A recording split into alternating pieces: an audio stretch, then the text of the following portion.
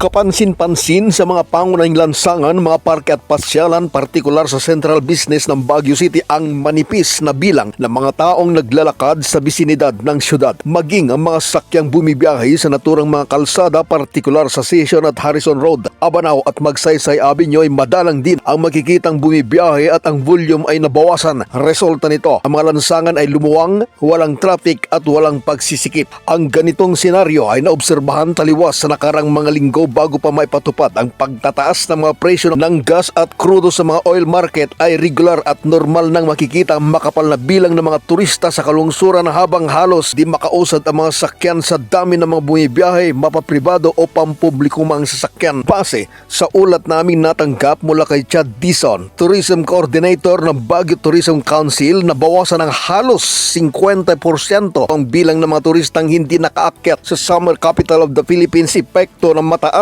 na presyo ng gasolina sa bansa. Ayon pa kay Dizon, may mga pagbabago manong naganap sa pagitan ng mga hotel owners at mga kliyenteng nakipag-transact para magpa-reserve at mag-occupy ng kanilang mga hotels room and service. Sa kanilang isinagawang pakikipag-ugnayan umano sa mga hotel managers at accommodation establishments, maraming mga turistang nagpasyang i-cancel ang kanilang booking or reservation kasunod ng sunod-sunod na pagtatas ng presyo ng langis epekto ng oil crisis. Kaugnay nito, kabilang aniya sa mga cancellations ang booking ng iba't ibang government agencies na katakdasan ng magsagawa ng mga event, seminars at iba pang aktibidad sa naturang syudad.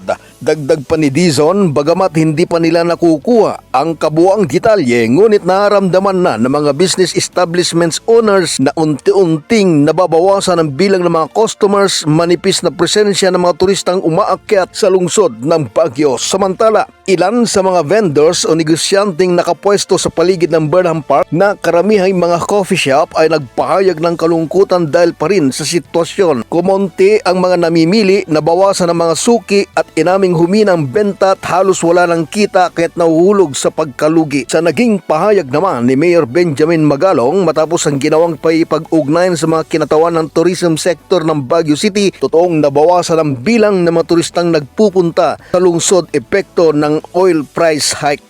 Pagpalang natin sa tourism, kausap ko yung tourism council natin last week. Nagkaroon tayo ng meeting with the members of the board.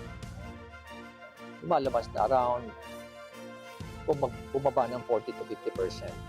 Probably, we're expecting about 60% of our tourists. Pero babagsak agad yan pagdating na ng Saturday. After that, tinitingnan namin yung, kausap ko yung ibang mga management ng ibang mga accommodation facilities dito, hotel, ang baba na ng reservation, hotel reservation.